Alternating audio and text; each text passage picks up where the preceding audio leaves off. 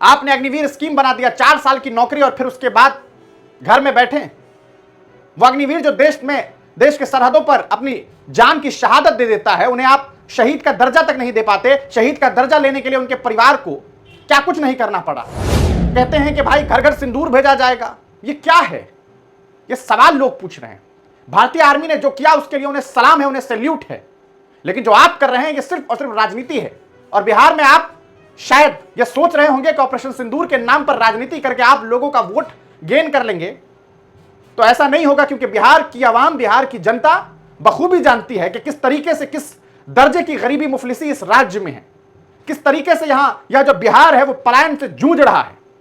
आज बिहार के हालात क्या हैं ये कौन नहीं जानता है। आपको जवाब देना होगा कि आखिरकार हमारे देश की जो सेना है उसमें 1.5 लाख भर्तियां अभी तक खाली क्यों हैं, जो सीट्स वैकेंट है वो खाली क्यों हैं। एक तरफ हम युद्ध की तैयारी कर रहे हैं और युद्ध लड़ने के लिए 1.5 लाख लोगों की कमी है। इसका जवाब कौन देगा? आखिर ऐसा क्यों हो रहा है? सालों से ये भर्तियां क्यों खाली है? और बिहार के गांव के जो बच्चे हैं, नौजवान हैं, आप देखें सुबह सवेरे वो लोग दौड़ते रहते हैं, सिर्फ इस चाह में कि सेना में उन्हें जाना है, उन्हें इस देश के लिए सेवा करना है। लेकिन मौका मिले तब तो। देश के प्रधानमंत्री नरेंद्र मोदी आजकल बिहार में हैं। आप जानते हैं कि ऑपरेशन सिंदूर से ठीक पहले भी देश के प्रधानमंत्री एक जनसभा को संबोधित करने के लिए बिहार पहुंचे। ठीक 14 दिन पहले, ठीक एक दिन बाद जब देश में आतंकवादी हमला हुआ था। आपको याद दिला दूं, पहलगाम में आतंकवादी हमले के अगले ही दिन देश के प्रधानमंत्री नरेंद्र मोदी अपने एक सभा को कैंसिल कर देते हैं जो उत्तर प्रदेश के कानपुर में होने वाला होता है। लेकिन उन्हें लगता है कि यह सम्मेलन कैंसिल किया जाना चाहिए, लेकिन दूसरा सम्मेलन जो बिहार के मधुबनी में है वहां पहुंचना चाहिए। यह सोचने वाली बात है कि आखिर क्यों हुआ। क्या सिर्फ इस वजह से क्योंकि बिहार में 5-6 महीनों के बाद विधानसभा का चुनाव होना है? क्या सिर्फ और सिर्फ चुनावी राजनीति के लिए देश के प्रधानमंत्री आतंकवादी हमले के बाद अगले ही दिन बिहार पहुंच गए? यह सवाल विपक्षियों ने जम करके पूछा भी, लोगों ने भी कहा। और मुझे लगता है कि उस सम्मेलन की अगर आप बात करेंगे, जिस सम्मेलन में प्रधानमंत्री जी पहुंचे थे, वहां पर भी कई लोगों का यह मानना था कि शायद ये प्रोग्राम नहीं होना चाहिए था। लेकिन जब प्रधानमंत्री जी पहुंचे तो लोगों ने यह आस लगाई कि वो जब यहां पहुंचेंगे तो उसके बाद यकीनन पाकिस्तान को एक करारा जवाब दिया जाएगा जिसने एक कायराना हमला भारत पर किया है। उन्होंने बिहार की मिट्टी से ये बात कही कि जो हमला हुआ है वो काफ़ी दुखद है, और यकीनन वो काफ़ी दुखद मामला था।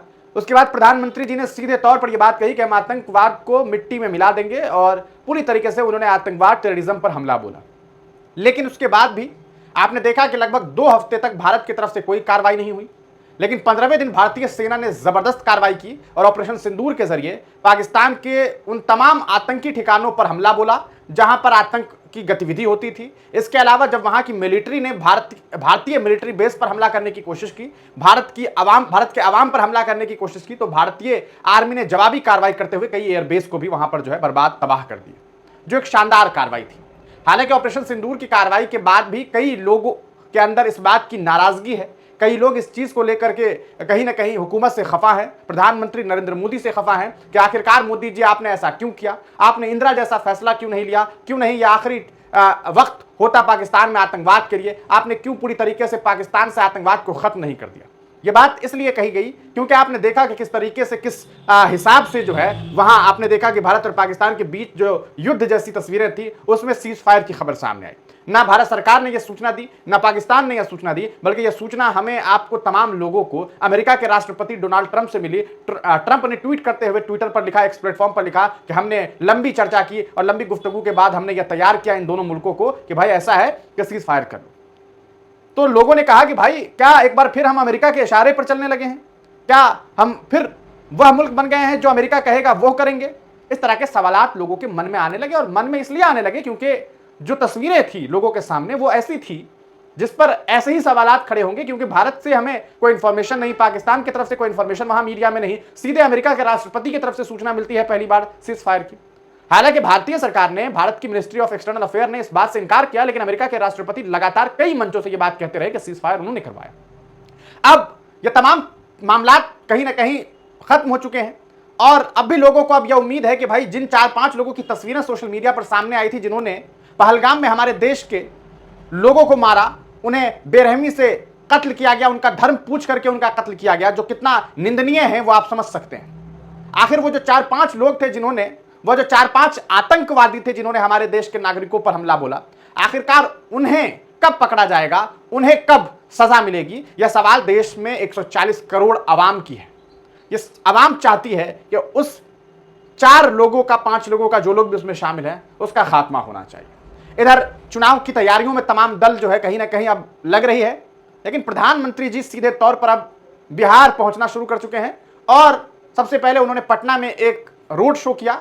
हालांकि वो शो उनका काफी फ्लॉप रहा। उसके बाद उन्होंने, आपने देखा किस तरीके से जो है, एक काफी चर्चित प्लेयर है बिहार का, अभी उभरता हुआ सितारा है वैभव सूर्यवंशी, उनसे मुलाकात की। उसके बाद प्रधानमंत्री जी सासाराम पहुंचे। वहां से उन्होंने भाषण देते हुए सीधे तौर पर बिहार ऑपरेशन सिंदूर का जिक्र किया और उन्होंने कहा कि हमने बिहार से चिताया और हमने ये किया वो किया।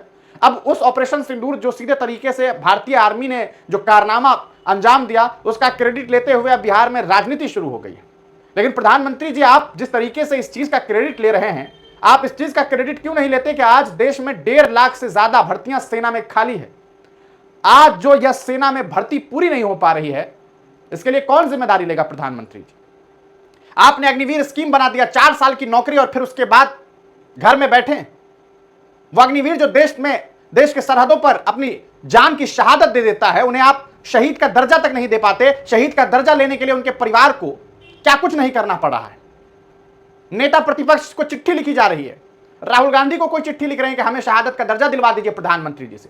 क्या प्रधानमंत्री जी को यह बात मालूम नहीं कि जिस देश में बेरोजगारी का आलम जो है एकदम चरम पर है, वहां आप 4 साल की नौकरी देते हैं, सेना में उन्हें लाते हैं और 4 साल के बाद उनकी नौकरी खत्म, और फिर आप ऑपरेशन सिंदूर का राजनीतिकरण करते हैं। आप कहते हैं कि भाई घर घर सिंदूर भेजा जाएगा। ये क्या है? ये सवाल लोग पूछ रहे हैं। भारतीय आर्मी ने जो किया उसके लिए उन्हें सलाम है, उन्हें सैल्यूट है, लेकिन जो आप कर रहे हैं ये सिर्फ और सिर्फ राजनीति है।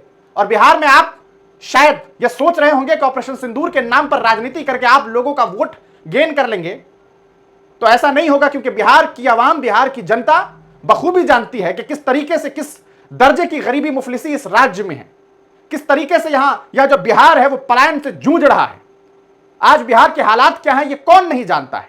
एनसीआरबी की रिपोर्ट में क्राइम के मामलात में भी बिहार अव्वल, कहीं ना कहीं जो फहरिस्त है उसमें टॉप कुछ जो राज्य है उसमें बिहार भी शामिल। अगर आप देखेंगे कि बिहार में किस तरीके से इनकम है, फिसड्डी हालात है लोगों के, कहानी गढ़ देना, तस्वीरों में अच्छी अच्छी चीजें दिखा देना, या फिर यह कहिए कि अब भाषणों में लंबी लंबी बात कर देने से कोई बात नहीं बनने वाली है। आज भारत के तमाम राज्य, जो आपका गुजरात है, वहां अगर आप जाकर के देखें तो आपको पता चलेगा कि वहां पर बिहार के लोगों को पलायन करके नौकरी करनी पड़ती है। 10,000, 12,000, 8,000, 15,000, 16,000 रुपए के लिए बिहार के जो लोग हैं, बिहार के जो युवा हैं, उन्हें अपना घर, अपना राज्य, अपना सब कुछ छोड़ करके आपके राज्य में जाना पड़ता है। यह दिया है आपने बिहार को, और आप ऑपरेशन सिंदूर के नाम पर वाहवाही लूटेंगे और सोचेंगे कि इससे आपको वोट मिल जाए।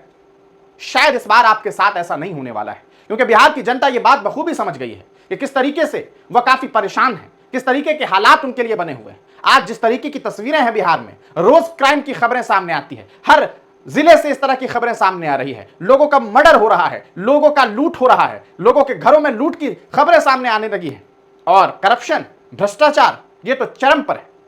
ऐसे में जो तस्वीरें हैं, जो कुछ कहा जा सकता है खबरें हैं अखबारों में, वो ये दर्शा रहा है कि आप सीधे तौर पर राजनीति करने की कोशिश कर रहे हैं। आप सेना की उपलब्धियों पर बिहार में राजनीति करके वोट लेना चाहते हैं, लेकिन ये बिल्कुल भी सही नहीं है, ये किसी भी तरीके से मुनासिब नहीं है। आपको जवाब देना होगा कि आखिरकार हमारे देश की जो सेना है उसमें 1.5 लाख भर्तियां अभी तक खाली क्यों हैं, जो सीट्स वैकेंट है वो खाली क्यों हैं।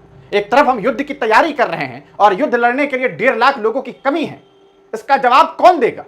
आखिर ऐसा क्यों हो रहा है? सालों से ये भर्तियां क्यों खाली है? और बिहार के गांव के जो बच्चे हैं, नौजवान हैं, आप देखें सुबह सवेरे वो लोग दौड़ते हैं, दौड़ते रहते हैं, सिर्फ इस चाह में कि सेना में उन्हें जाना है, उन्हें इस देश के लिए सेवा करना है। लेकिन मौका मिले तब तो।